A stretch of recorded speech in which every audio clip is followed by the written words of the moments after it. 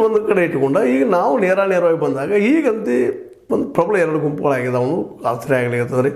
ಅದ್ರಾಗೂ ಹುಕ್ಕೇರಿದು electric ಏನು board ಅದ ಸಂಘದ್ದು, ಅದು ಇಲೆಕ್ಷನು ಸೆಪ್ಟೆಂಬರ್ದಲ್ಲಿ ಅದ. ಅದು ಸಹಿತ ಈಗ ಹೊಸ ಒಂದು ರಾಜಕೀಯಕ್ಕೆ ಏನೋ ಹುಟ್ಟು ಹಾಕ್ಬೋದಾಯ್ತು ಅಂತೇಳಿ. ಯಾಕಂದರೆ ಇದು ಸ್ಪಷ್ಟವಾಗಿ ಇದು DCC ಬ್ಯಾಂಕಿನ ಮೇಲೆ ಪ್ರಭಾವ ಮಾಡುವಂಥದ್ದು ಅದು ಈ ಎಲೆಕ್ಷನ್. ಇದರಲ್ಲೇ ಮೋಸ್ಟ್ಲಿ ಕತ್ತಿಯವರು ಮತ್ತು ಬಿ ಪಾಟೀಲರು ಕೂಡಿ ಮಾಡಬಹುದು ಅಂತೇಳಿ ಒಂದು ತರ್ಕದ. ಆದ್ರೆ ನಮ್ಮ ಕಾರ್ಯಕರ್ತರನ್ನ ನಮ್ಮ ಬೆಂಬಲಿಗರು ಕೇಳ್ಕೊಂಡು ಮಾಡ್ತೀವಿ ಅನ್ನೋಂಥ ಮಾತನ್ನ ಬಿ ಪಾಟೀಲರು ಮಾತಾಡ್ತಾ ಇದ್ದಾರೆ. ಮತ್ತು ಕತ್ತಿಯವ್ರಿಗೆ ಆಯ್ತು ಬಿ ಪಾಟೀಲರಿಗೆ ಆಯ್ತು ಅಸ್ತಿತ್ವದ ಪ್ರಶ್ನೆ ಅದ, ರಾಜಕೀಯ ಅಸ್ತಿತ್ವದ ಪ್ರಶ್ನೆ ಅದ.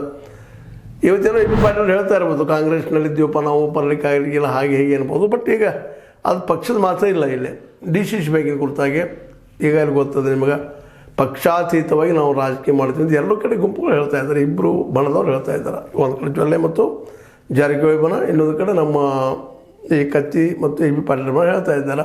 ಅದರಲ್ಲೂ ಬಿ ಪಾಟೀಲ್ ಒಂದಿಷ್ಟು ಮೊದಲಿಂದು ಇದ್ದಿದ್ರಲ್ಲೇ something is better than nothing ಅಂತೀವಲ್ಲ, ಹಾಗೆ ಸ್ವಲ್ಪ ಏನೋ ಸೈದ್ಧಾಂತಿಕತೆ ಮತ್ತೇನೋ ಅನ್ಕೊಂತ ಬಂದಂಥವ್ರು.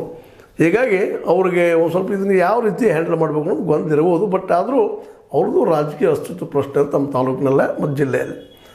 ಹೀಗಾಗಿ ಎರಡು ಗುಂಪಂತೂ ಈಗ ಸ್ಪಷ್ಟ ಆಗ್ತದೆ. ಇನ್ನೂ ಒಂದು ಎರಡು ಗುಂಪುಗಳು ಹೇಳ್ಬೋದಿಲ್ಲ ಅಂತೇಳಿ.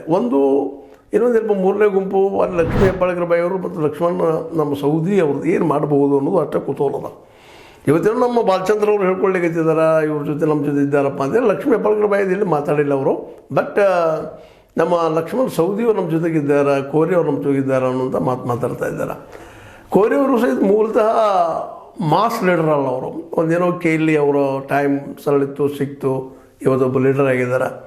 ಮತ್ತು ಹಿಂದೂ ಈ ಒಂದು MLA MP ಎಲೆಕ್ಷನ್ಗಳಲ್ಲಿ ಸಹಿತ ಒಂದೇ ನಿಂತಿದ್ದು ಕಾಣ್ತದೊಮ್ಮೆ ಸೋತಿದ್ದಾರೆ. ಏನಿದ್ರು ಅವ್ರಿಗೆ ಹಿಂಬಾಗಿಲಿನ ಬಂದವರು MLA ಚಲೋ ರಾಜ್ಯಸಭಾ ಸದಸ್ಯಂತ ಅವ್ರು ಆಗ್ತಾ ಬಂದಂಥವ್ರು. ಹೀಗಾಗಿ ಅವರು ಇವತ್ತು ಜಾರಕಿಹೊಳಿಯವರ ಅಥವಾ ನಮ್ಮ ಜೊಲ್ಲೆ ಅವ್ರ ಗುಂಪಿನ ಜೊತೆ ಗುರುತಿಸ್ಕೊಳ್ಳಿ